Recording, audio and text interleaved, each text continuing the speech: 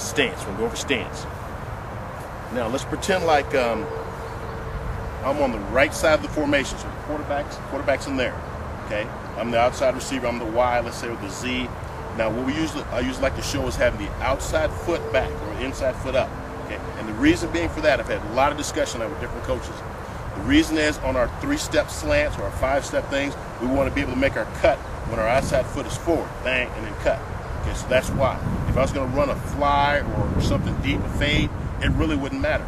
But I don't want the defense to know that, so that's why I always come out with my inside foot up. And it's bent, most of my weight is forward, my head is up, so I'm going to go ahead and face you. I'm going to face you, so you can see what I got. I'm facing you, so you're the defender, the quarterback's in there, so I've got my left foot forward. And I also have it turned a little bit to the outside, and that's to help me with balance. Okay, so I don't want my front foot facing straight forward, because then I'll be blowing back and forth in the breeze. You turn it just a little bit, not a whole lot. Okay, so the front foot is a little bit to the right if I'm on the right side. If I'm on the left side, it'll be a little bit to the left. Okay, now I have my hands up. This is why the best receivers I've had over the years have been my wrestlers, because when you're on the field here and you got a D back up in your face, you're a wrestler. So if you don't know how to wrestle, and he does, he has an advantage over you. Okay, if you don't know how to use your hands. So I've got my weight forward, a lot of my weight forward. My hands are up here, curled and relaxed. So if they're stiff, they can hit shoulder pads, helmets, all kinds of things that could cause some problems. So my hands are curled and they're relaxed. And they're up here right above his hands. So if I had a defender here, and if the defender's hands were here, my hands would be right above his hands so I can get my hands on him right away. Love to get a hold of a guy and redirect him. Okay, so your elbows are in, and so that's where I've got my back foot. It's a comfort thing. Some people are tall guys that want to have them farther back. Other guys have them up kind of close. Wherever you're comfortable, we're going to let you do that, because I've seen different things on that, so I won't be dogmatic about that. But that back foot is facing forward, and your hands are up here ready to roll. Now, as far as what you're looking at, I've seen a lot of good videos, and I've seen different things, different coaching on that. Some people are looking at a 45-degree angle, so that way I can see the defender and I can also see the ball. Some guys just look at the ball, so that way they never jump offside. They watch that ball. When that ball moves, I move. Other people are just looking at the D-back and just trying to remember what the cadence is on the snap count. Receivers should not be off balance, okay? I like looking at the ball, and then if the defender comes up on me, I can see you with peripheral vision. And if you come up on me, then I'm going to go ahead and look at you. Okay, so that's just another school of thought. Either 45-degree, look at the guy, look at the ball, or look at the ball until you see him come up and then go from there. So whatever you want to do on that's fine. But make sure your hands are right above his hands. They do need to come out like this, because you don't run like that. And if his hands are down there, it's going to take you a while to get down to his hands. So you want your hands right above his hands. That's why. Okay? You see receivers come out with their hands down here. Well, you don't run like this. You run like this. So if let's say the guy is back deep, there's no one up in my face. I want to have my hand up here, so I'm in more of a running motion type of thing. So as soon as that ball snaps, I'm ready to run. Okay? If my hands are down here, I have to bring them up and start running. So all those little unnecessary energy. And some guys are so good in the NFL, they can do whatever they want to do.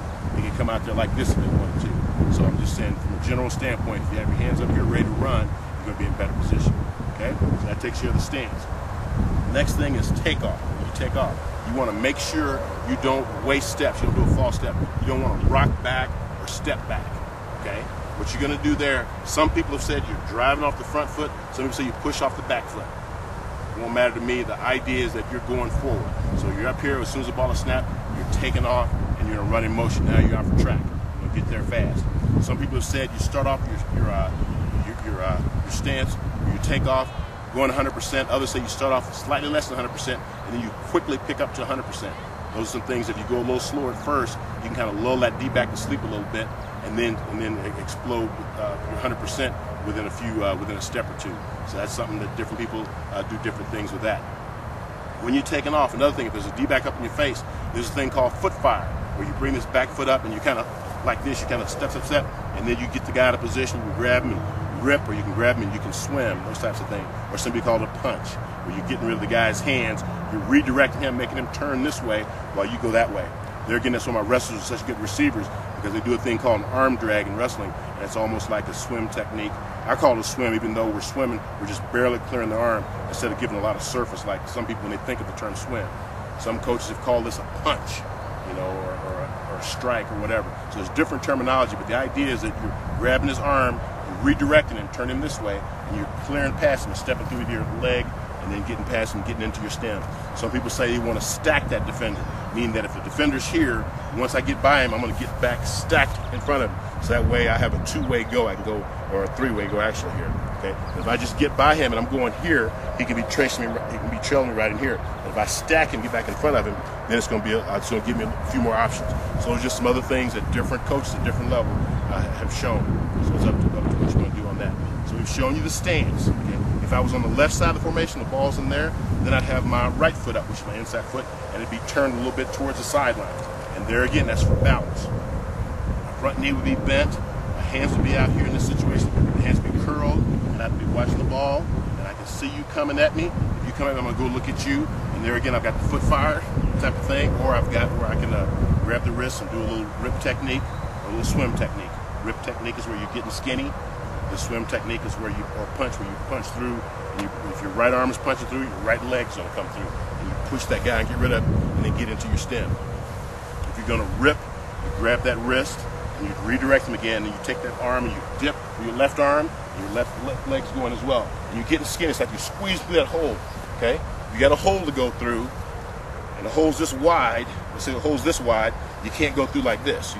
So you wanna try to squeeze through there. So that's the concept of that rip technique. I talked to Clyde Christensen, who has been the receivers coach at Indianapolis, working with people like Reggie Wayne, Marvin Harrison, Dallas Clark, a whole bunch of good receivers, and he said that those guys love to use a rip technique. Okay, so if they know what they're doing, so if they like that, then nothing wrong with that. So a rip technique will get you skinny, get you in there past your guy, and then take off into your stem. So those are some get-offs, getting off the line of scrimmage. The other thing is once you catch the ball, you got the foot